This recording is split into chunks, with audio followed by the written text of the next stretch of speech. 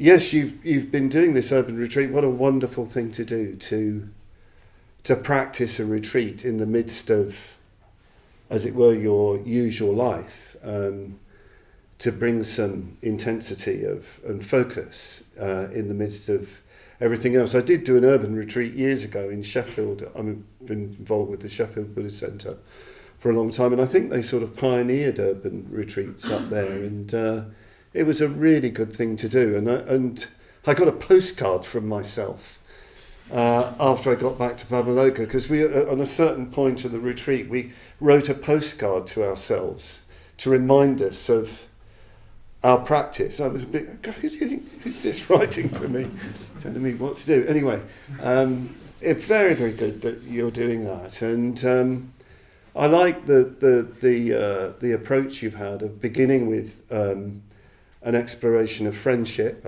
I guess perhaps particularly spiritual friendship. I think that was your first theme, because of course traditionally the Dharma comes through spiritual friends. That's how you traditionally learn the Dharma. You wouldn't have, if you lived in the time of the Buddha, you wouldn't have learnt it from books. There were no books. You would meet with spiritual friends, spiritual teachers, kalyana mitras, lovely friends, lovely intimates, who would communicate the Dharma to you, and who you'd be with and live with and imbibe their influence. A very, very good place to start. And of course then naturally out of that comes ethics, or as Maitreya Bandhu said last night in his excellent talk, behaviour, skillful action, practicing the precepts, but really trying to, in every aspect of your life, to transform your behaviour so it's more in accordance with the ideals that you have naturally arising from that. And then, of course, there's samadhi, meditation, which is, of course, arises naturally out of skillful behaviour and supports skillful behaviour, as indeed skillful behaviour supports samadhi. And then, of course, there's wisdom, seeing things as they really are on the basis of your friendships, your ethical practice, your deep meditation. Then you look deeply into the nature of things. The Buddha, was very, very clear in his last great tour, Mahaparinibbana Sutta. In most places on that last great tour before he passed into parinirvana at the ripe old age of 80, at most of the places he stopped, he gave a progressive Dharma discourse. Great is the fruit, great is the advantage of meditation when it's set round with, when it's supported by skillful behaviour. Great is the fruit, great is the advantage of wisdom when it's set round with samadhi, with deep meditation. When there is wisdom, then there is liberation. Liberation from all negative affectivity, all the habitual tendencies, forces that bring you back again and again into the wheel of life, the cycle of life. And of course, he is a spiritual friend giving that teaching. That teaching comes from him. So you've reflected in the whole structure of your retreat, that path taught by the Buddha on his last days, as well as I've had a look at the different things you've been up to, and it's a really inspiring to see all the different things that you've been doing. I've heard about yoga in the park and Qi Kung, and I think isn't there been some life drawing and painting, and I don't know. Anyway, you've been doing all sorts of things. It's a life. That's the point. The Buddhist life is a life. It's a total life. It's not a few techniques strung together. It's living the life. It's living well, living in accordance with the Dharma, with enlightenment as the end point. You notice in that little repeating of the Buddha's teaching on his last days that after wisdom comes liberation. After wisdom comes liberation. But I have to talk about imagination. which isn't easy actually. Apparently I know all about it, but it's not easy because we mean all sorts of different things by this word imagination. I was thinking, for example, of a book that probably nobody reads these days by Dr. Samuel Johnson from the 18th century, The History of Rasselas, the Prince of Abyssinia. It has sort of features of the life of the Buddha in it, actually, about a young prince who goes forth. But one chapter is headed, A Dangerous Prevalence of the Imagination. Very 18th century Russian, a dangerous prevalence of the imagination. And it tells the story of an astronomer who gets so absorbed in watching the heavenly bodies that he thinks that he is making them move. Well, we don't mean the imagination in that sense of complete deludedness. When I was a little boy, I was often told, "You've got a very vivid imagination, Richard," because I'd frighten myself, especially at night time. I'd be absolutely terrified because I was convinced. I saw them. There were Daleks on the landing outside my room. Doctor Who, why I watched Doctor Who, I don't know. There's years of appalling kind of nightmares and fear of the dark. Obviously we don't mean the imagination in that sense of, where there's very strong emotions like fear or sometimes craving or aversion, and we start inventing all sorts of possibilities. Obviously we don't mean the imagination in that sense, and neither do we mean fantasy in the sense of daydreaming, abstracting yourself from maybe the painful reality that you're in and just sort of daydreaming. I've done so much daydreaming in my life, still do, unfortunately, and which is essentially sort of selfish, I think, and escapist. We don't mean the imagination in that way. I genuinely find it hard to talk about the imagination. In a way, it's much better to sort of have an example. Unfortunately, we had one. Padmavajra telling that story. I remember reading that story in that book, fabulous book. But I don't know about you. I was seeing tigers. He told it beautifully. He evoked the scene, the tigers, the monks, the silence of the jungle. But more than that, as well as telling a gripping story, he drew an interpretation out of it. Not a forced interpretation. It wasn't like a sort of allegory, but a very intelligent, I thought, and perceptive way of translating that imagery, that very compelling imagery, into something which is meaningful, for our lives, which tells us something. I think that's what a really good image does, what the imagination does. It presents you with images which touch your emotions, touch your soul, which we don't have as Buddhists, but your heart, the eye of the heart, the deeper part of you, and it gives you a meaning through the image, which it speaks more than any kind of conceptual exploration. I think the imagination does that when it's the real thing. It combines both emotion and intellect taken to a higher level. That's what can go on with an image. So that's a little bit on the imagination. But I want to go back to freedom. I want to go back to liberation. I want to go back there. And it's related to imagination. You have to sort of bear with me as I sort of wind my way into this. This isn't going to be a particularly connected discourse, I'm afraid, which I think does go with the theme of the imagination. I remember when Sangharakshita gave a talk on the imagination, a very good talk called The Journey to Il Convento. He was talking about a journey through images, a sort of pilgrimage through images, particularly images of Renaissance art. And he said, well, it will be a bit of a sort of windy journey. And he quoted Yeats, from one of Yeats's poems, W.P. Yeats. Wisdom is a butterfly, not a gloomy bird of prey. And I think there's a lot of wisdom in that.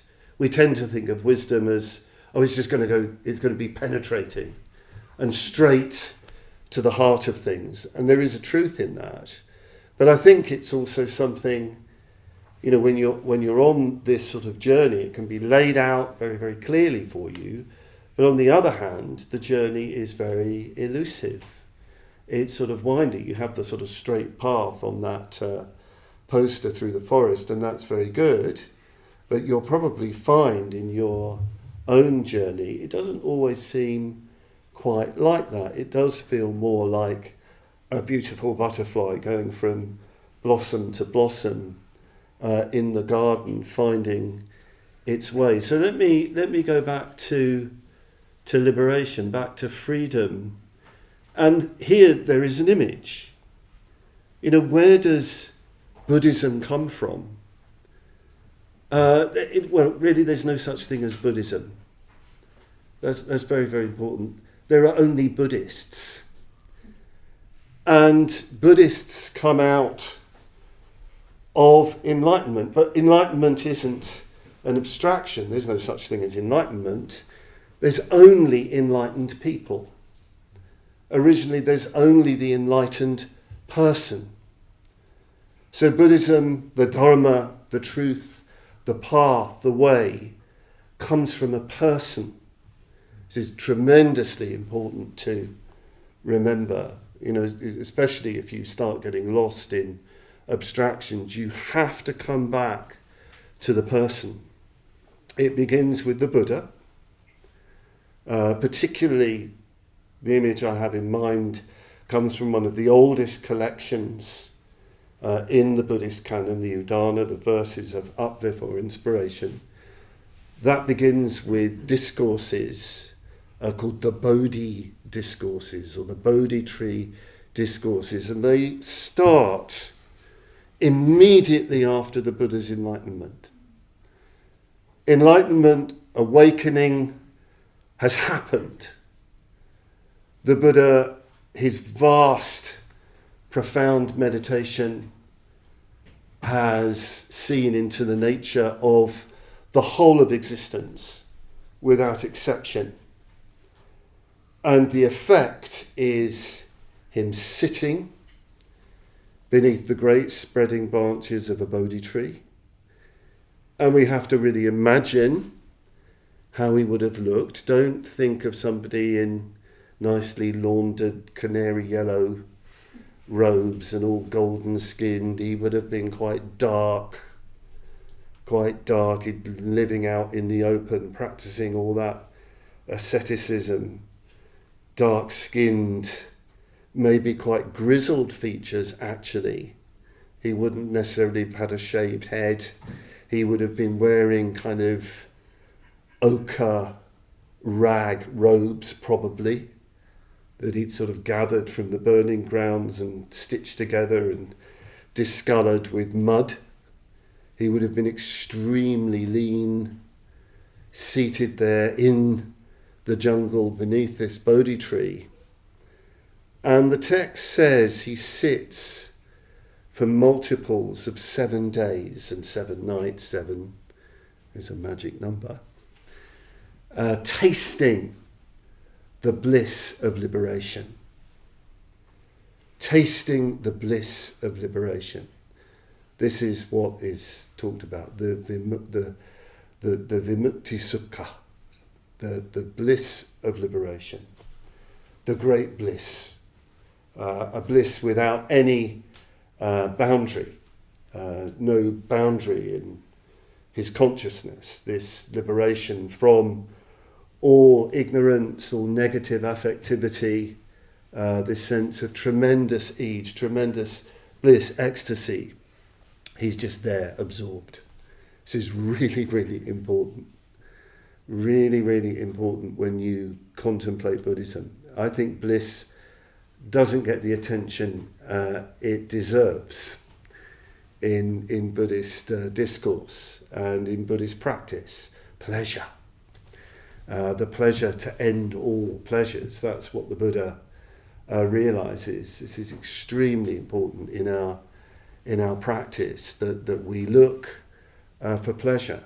It doesn't mean that you stop practicing if there's no pleasure.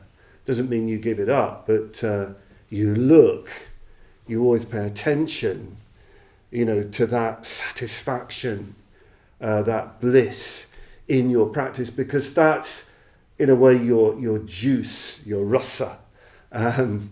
That's going to enable you to keep practicing, which is something the Buddha actually discovered before his enlightenment. He realized at a certain point he'd been denying it, the enjoyment of the pleasure that arose from skillful behavior, from profound meditation. And he realized the neglect of that was not doing him any good, that you actually need that as part of your experience.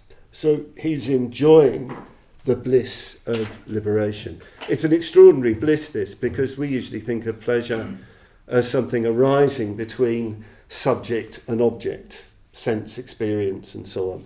That's where you get your pleasure from. This is a bliss, a pleasure in which there is no subject and object. It's way, way, way out beyond our usual frameworks. So he's enjoying the bliss of liberation. Sangharakshita, our own teacher, describes the Buddha in this way as being like a kind of shaman.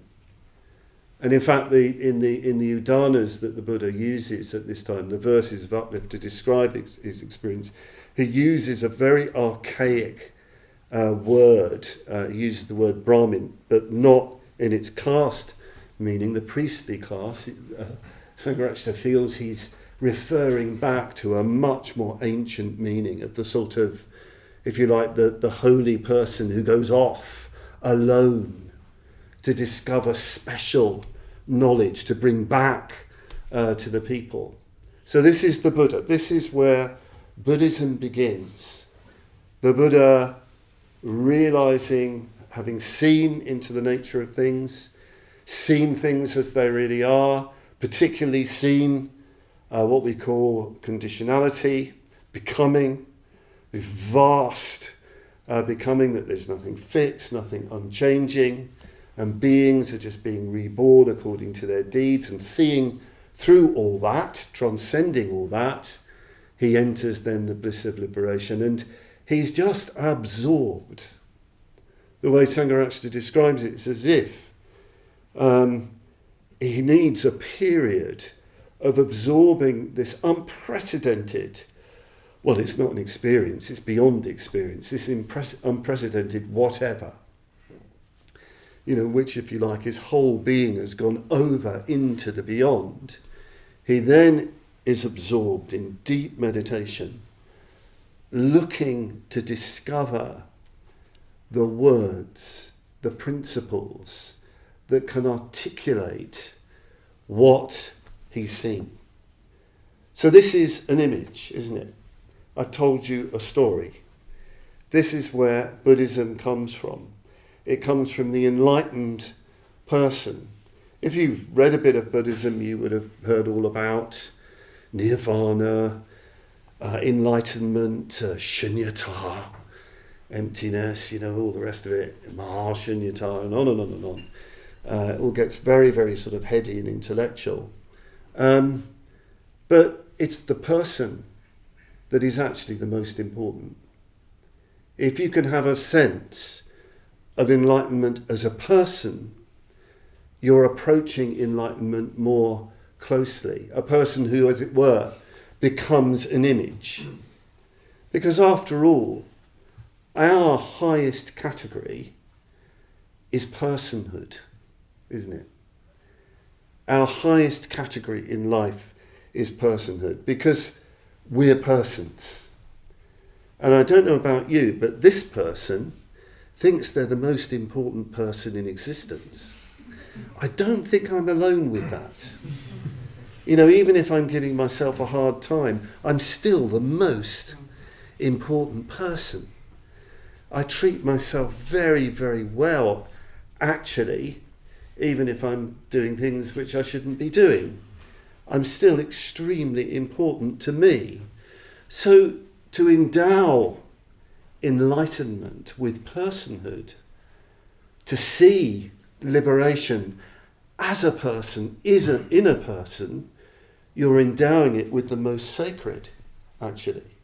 People sort of wonder why, where, how the Buddha image comes. But, you get some people thinking, oh, it's a falling away. This is, people thinking that the Buddha was a sort of Protestant and, so making Buddha images is a terrible sort of weakness of his disciples. It's not. It comes out, actually, of the experiences of early Buddhists who have the experience of coming close to enlightenment by recollecting their teacher, by recollecting the Buddha, by bringing the Buddha to mind. There's beautiful stories in the old texts of, in one case, a very, very old man, who met the Buddha in North India, and then moved back probably to somewhere in Maharashtra state, I think sort of south of the Godavari, I think the text says, so if those of you who know your Indian geography. And he's talking to a friend about the Buddha, about this amazing teacher who showed him how the way things are, who showed him the path and so on. And this friend said, well, why aren't you with him? If he's so good, why aren't you with him all the time? He said, well, I'm old. I can't get up there. I can't walk up to North India. But he's with me all the time. All night, all day. He's in my mind. I'm meditating on him. My aspiration flows towards him. His sense of enlightenment is close to him because he brings to mind the Buddha. So this tradition of Buddha images comes out of that experience. It comes out of that deep human experience of bringing to mind that person you most revere. Perhaps, you've have some sense of this. When you love somebody very, very much, very, very much, they're in your mind. Sometimes that can be extremely painful, but imagine that it's a different kind of relationship, a relationship with a teacher or a spiritual friend. Of course, they're going to be there. They're going to be in your mind. I daily think of my own teacher. I bring him to mind, not out of attachment. He's gone. He's in the sense of, he died some years ago. But when I bring him to mind, I feel more deeply in touch with my spiritual practice. So this is what it was like for those disciples of the Buddha. So the imagination, in this sense, in the sense of recollection, in the sense of memory, plays a huge part in Buddhist practice. Right from the earliest days, going right back to the time of the Buddha. It's interesting that the Buddha himself, his experience of enlightenment was so deep, so profound. The texts tell us that he was reluctant to communicate it at first. You find these sort of, in the old text, these passages where you get a sort of insight into enlightened consciousness. And you find him meditating and reflecting. This truth is so profound, it's so deep. Gambhira is the Sanskrit word, Pali word. It's so deep, so profound, so subtle. It can only be seen by the wise. But this generation, that's the phrase he uses, they're so attached. And if I try to communicate it to them and they don't get it, that would be so wearying. So maybe I'll just stay here in my freedom, in my liberation. And we tend to think, well, how could he possibly think he's enlightened? How could that? But actually, it's deeply human. you probably know yourselves, when you've had finer feelings, deeper feelings, insights, responses, and maybe you try to share them with a friend or within the family, even somebody you thought you were close to, and they kind of just don't get it, or they, or what we're watching tonight, or they get cynical. It's extremely painful, isn't it? It's really, really hurts and really frustrating.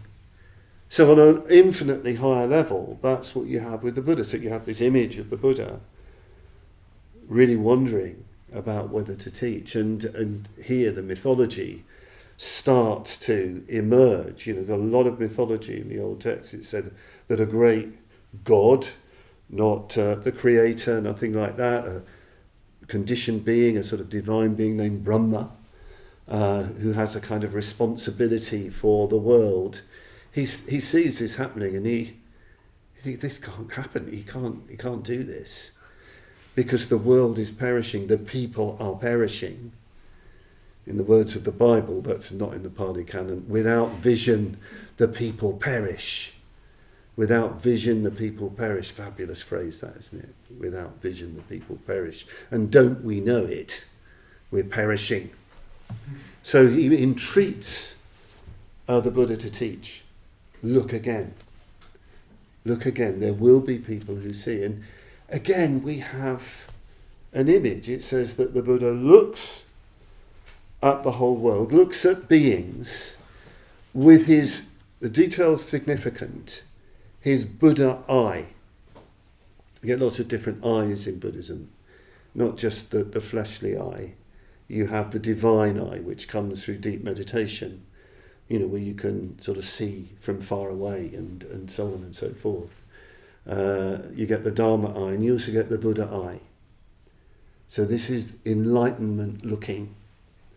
And when you say Buddha eye, it means we can't really know what's seen, because enlightenment is a takavatra, beyond the sphere of reasoning. And it's very, very interesting when the Buddha looks out and sees us, sees living beings. The way he describes it is in poetry. It's metaphor. He says it's as if there's a great lake of lotuses, red and white and blue. Some are buds immersed in the water, some are pushing up out of the water, some are unfolding. This is his vision of living beings, that they're like these lotuses growing up out of the mud. In other words, he sees us as living and growing beings with an affinity for the sun of enlightenment. And it is a very, very powerful image in India. In India, you see lotus ponds. I mean, they are extraordinary, because lotuses seem to love the muddiest, most stinking black ooze, brown ooze as possible. And they just beautify it. They just sort of float up like visions, hovering and dazzling above the water. With great beauty. So the lotus, us, all of us, becomes a symbol of purity, beauty, growth, potential, emerging potential for Buddhahood. And at that moment, when the Buddha sees that, his compassion flowed forth. But of course, it's a very particular kind of compassion. It's not in any way like pity. It's not feeling sad at others' sadness. It's a vigorous, a vital response to us, to our emerging potential. One of the words for compassion that is used frequently in the Buddhist tradition is anukampa, which means something like to shake with. Kampa is shake or vibrate or tremble. Anukampa is to shake with, to vibrate with. The way I see this particular image, this particular vision from the old text, the Buddha's full enlightenment is resonating with, vibrating with, trembling with our emerging potential for enlightenment, our individual potential for enlightenment. So compassion is something incredibly energetic and inspired and ecstatic, because immediately, as soon as the Buddha sees this, he's out there. He's leaving the jungle, and some of the later writers, again, piling on the sort of imagery, they say when he leaves the jungle to go and walk the dust roads, the elephants start trumpeting, the tigers and lions start roaring, the birds start singing, because something really good is going to happen. Something really good is going to happen. So the Buddha is off communicating to us, communicating his liberating Dharma to us, putting us in touch with that potentiality. So a lot of imagination, I think, a lot of imagery, certainly, in the Buddha's enlightenment and the Buddha's communication. But in a way, what does that mean for us practically now? I think there's two areas I want to talk about in relation to our own, let's call it imaginal yoga, imaginal practice, imaginal action, let's call it that. The first actually just carries on from what I said about the early Buddhists recollecting the Buddha. You can make a practice of imagining the Buddha. Anybody can do that. Anybody can take up a practice of imagining the Buddha. I mean, we celebrate here, I don't know if you've had puja during your urban retreat, devotional practice. Tomorrow. Yippee. We'll come to that. Because puja, worship of the Buddha, is actually an imagining of the Buddha. And in a way, what you imagine yourself as is a disciple of the Buddha. It's as if you are with the Buddha. So one writer talks about recollection of the Buddha, imagining the Buddha as a pilgrimage into the past. It's a sort of drama where you imagine yourself as coming across the Buddha. And you do the beautiful, typical, wonderful, courteous Indian practice of bowing as you would to any honoured guest, not particular enlightened being, any honoured guest, of bowing and making offerings of flowers and lights and incense and expressing verses of honour and even commitment and even chanting some praises. So you've got an opportunity to enact, because imagination, it's not just in the mind, it comes into behaviour, into action. We've done a bit of it already this evening, haven't we, with the standing up and saluting the shrine. That's imaginal yoga. There you are.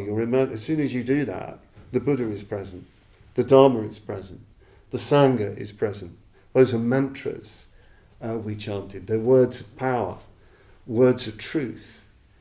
So come and do that tomorrow, so you can practice this. And one of the things that you're doing, in a way you are sort of projecting, because some people say, oh, hang on, aren't you projecting? Isn't that a bad thing? Some stuff out there. Well, of course you are, because you're not enlightened. You have the potential for Buddhahood, but you're not in touch with it fully. It's nascent. It's actually longing to emerge, because it's the deepest part of ourselves. So seeing the Buddha, as it were, outside is putting you in touch with the Buddha inside. It's drawing Buddhahood up in you to inspire you in your mindfulness of breathing, in your metabhavana, in your ethical practice, in your study and understanding of the Dharma. So great, you've got some imaginal yoga tomorrow with some puja. So that's that way. They're sort of, as it were, looking upwards, being drawn up. So there's another thing you might notice as you enter into those things. You start noticing, hang on, there's a bit more going on than me here. But I better not say too much. I don't want to predict how it is. What time is that? Maybe I'll come along and have a watch. Tomorrow? Yeah. 9. 9, okay. 9:30? Yeah. 8. The event starts today, there's a coup. It's obviously happening outside of time.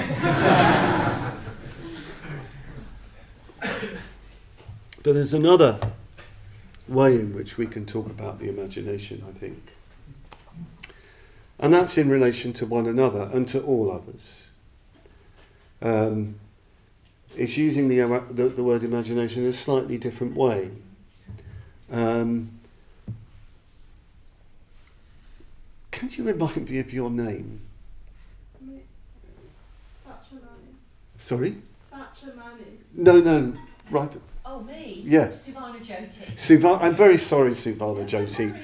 I'm nearly 67, so that's my excuse. Suvana Jyoti, you said a wonderful thing, I thought, about the imagination being an extraordinary faculty of our minds.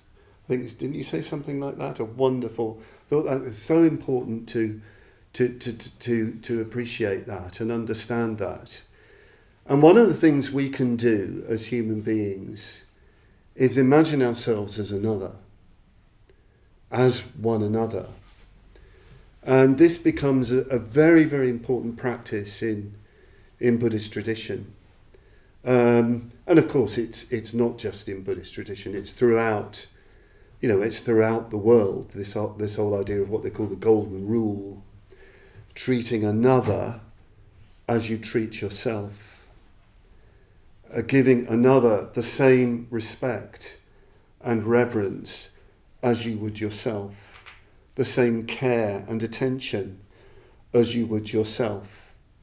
This is really taken up very, very strongly in Buddhist practice and training. It's actually the foundation of the Padmavajra, the development of loving kindness. When you do the Padmavajra, yes, bhavana does mean making to become. You're making to become that love. It's a creative act. But all creative acts, the creation of love, come out of imagination. And what you're doing in the Padmavajra, one of the things you're doing is, in the first stage, is realizing that you're extremely important to yourself. I know a lot of people have trouble with the first stage. I don't like myself and all that sort of thing. Personally, I've never had a problem with that. But that's just because I'm a massive egotist. Anyway, that aside, we are very important to ourselves. Extremely important to ourselves. However we behave, we're actually doing it. Sometimes it might be very misguided to make ourselves feel all right, to feel protected. This is the language that Buddhist tradition uses. Very interesting, isn't it? That it acknowledges that we can feel insecure and frightened. That's a deep part of the human condition. So of course we want to protect ourselves, care for ourselves. We don't want to feel frightened. We want to feel well. We want to feel secure. We want to be treated well. Of course we do.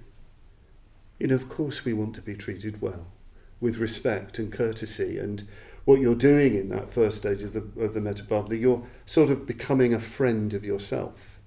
You have to sort of imagine, if you like, that you are a good friend of yourself. I mean, it can sound a bit strange, but you have to sort of perhaps imagine that you are your protector, that there's even something in you that is your protector. That cares for you, that wishes you the deepest happiness and well-being. So that's what you're doing in the first stage. Then in all the other stages, it's much easier in the second stage. You're realizing that every single person in that meditation is exactly the same. They want to be well, they want to be protected, they want to live. They want to live well. So why don't I extend my love to them? Why don't I then become their protector? Why don't I, for a while, forget about myself? I've done some work on myself, so now why not forget about myself for a while? Why not put myself in the place of another, that friend, that acquaintance that I see perhaps every day, that, yes, even that enemy. We use the euphemism now, the difficult person. Not realising, of course, in Buddhist tradition, the difficult person is us. We're the difficult person, actually. If we have ill will to somebody, we are difficult. But anyway, let's not get into that. The difficult person, the enemy, yes, even to them. Try to understand them. Try to realise, well, actually, they also want to live well. You actually don't need any information about another person, actually any other living being, to love them. You don't need any information at all. All you need to do is tune in, resonate with their living beingness. You're a living being. They're a living being. You need no information to love. You really need no information. You just need to have this attitude of, I want to be well. I want to avoid suffering. I don't want to be sick. I want to feel protected. Look at the people on the tube. They are exactly the same. So extend that sense of protecting them. In one famous description of this kind of meditation, the great Shantideva, he keeps using this refrain. So what is so special about me that I live for my own happiness and not for the happiness of others? What is so special about me? Keep saying it. What is so special about me that I don't extend an attitude of protection and love to all others? He goes even further. He starts talking about all living beings as being like parts of a sort of vast body. You know, he says, well, our body is made up of parts. Actually, the whole body of the world is made up of these parts. When something hurts in our arm or finger or knees, we immediately try to protect it. So in the same way, why not? Why not protect wherever the suffering is? So this is a very, very deep practice, but you have to use your imagination. He gets very, very radical. I'm not suggesting you do this at home, but he even sort of selects people who really hate him. He's thinking of sort of brother monks in Nalanda, you know, sort of rivals and seniors and younger ones who resent him. And he sort of said, right, I'm going to imagine myself as them, looking back at me critically in order to love them and understand them. I'm not suggesting you do that. That's a later esoteric practice. But you can see the act of the imagination. And what he's doing, of course, is testing himself. Because it's sort of easy to love. You know, you sometimes see it in the last stage of the Padmavajra, people sort of blissing out. I love humanity, you know. I love all beings. I love you all, you know. But of course, when it comes to the reality of the difficult person or somebody in the family who starts acting up, well then, you know, that love, you know, starts to wilt in the face of that. So this is where we have to practice this vigorous, imaginative yoga to identify with others, to identify with all others. Shantideva says, if you master this, if you become one of those who master this kind of practice of identifying with all others, and he's talking about a bodhisattva, that's somebody who's working for the enlightenment of all beings, not just working on their own practice, but really doing everything they can to alleviate the suffering of the world around them and to bring onto the path all others, ultimately. He says, people who practice like this, who in a way forget about themselves, and live for others in this very, very positive way. They feel no elation at success when things go well, when people respond well, and no despair at failure when people reject them. Such people, he says, become like geese entering into a pond of red lotuses when they enter the hell of unending suffering. This is what he said. In other words, they don't see hell. They don't see suffering in that way. They've got an entirely different perspective on others, on life. Their love is all pervading. They don't mind what they do, but it comes out of these deep, profound, imaginal leaps to identify with the other, which is extremely difficult practice, but that's what we're aiming for. And I think that you can have a sort of taste of it. And I've got to sort of finish here. Here you are on this urban retreat, nearly at the end of it, and then you'll just go back into urban, presumably.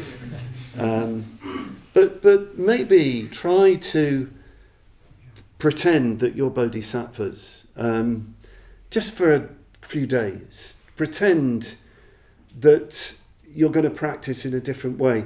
There's another very famous text describing the bodhisattva practice.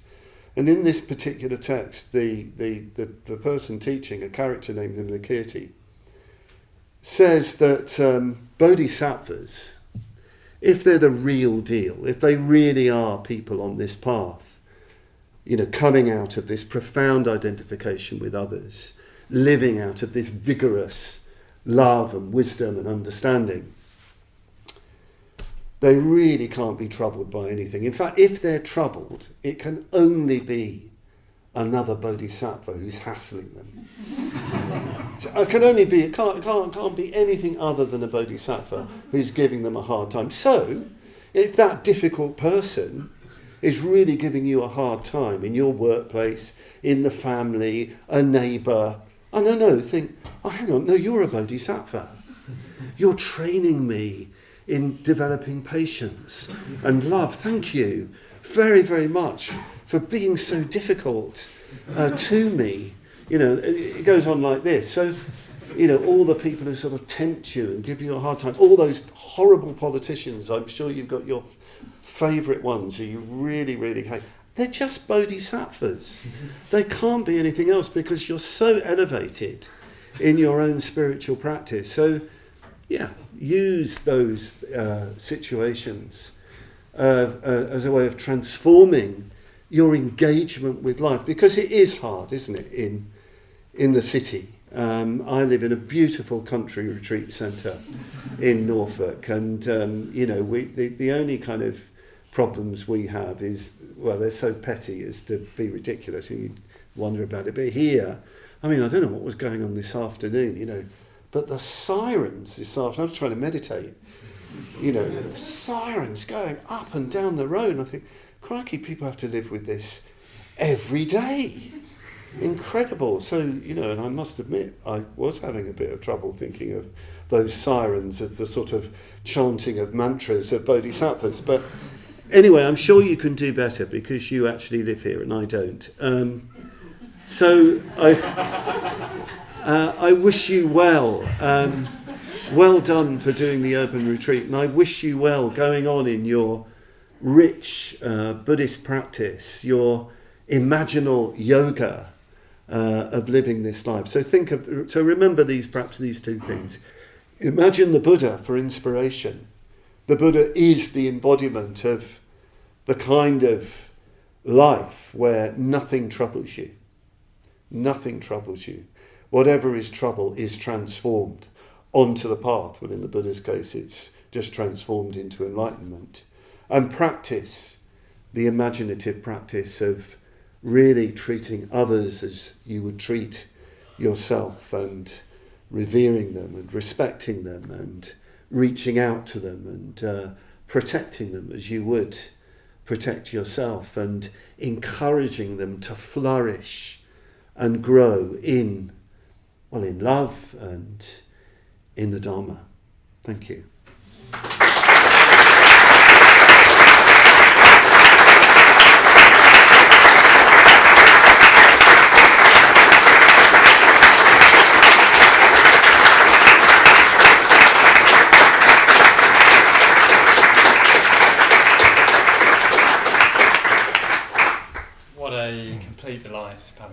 thank you so much.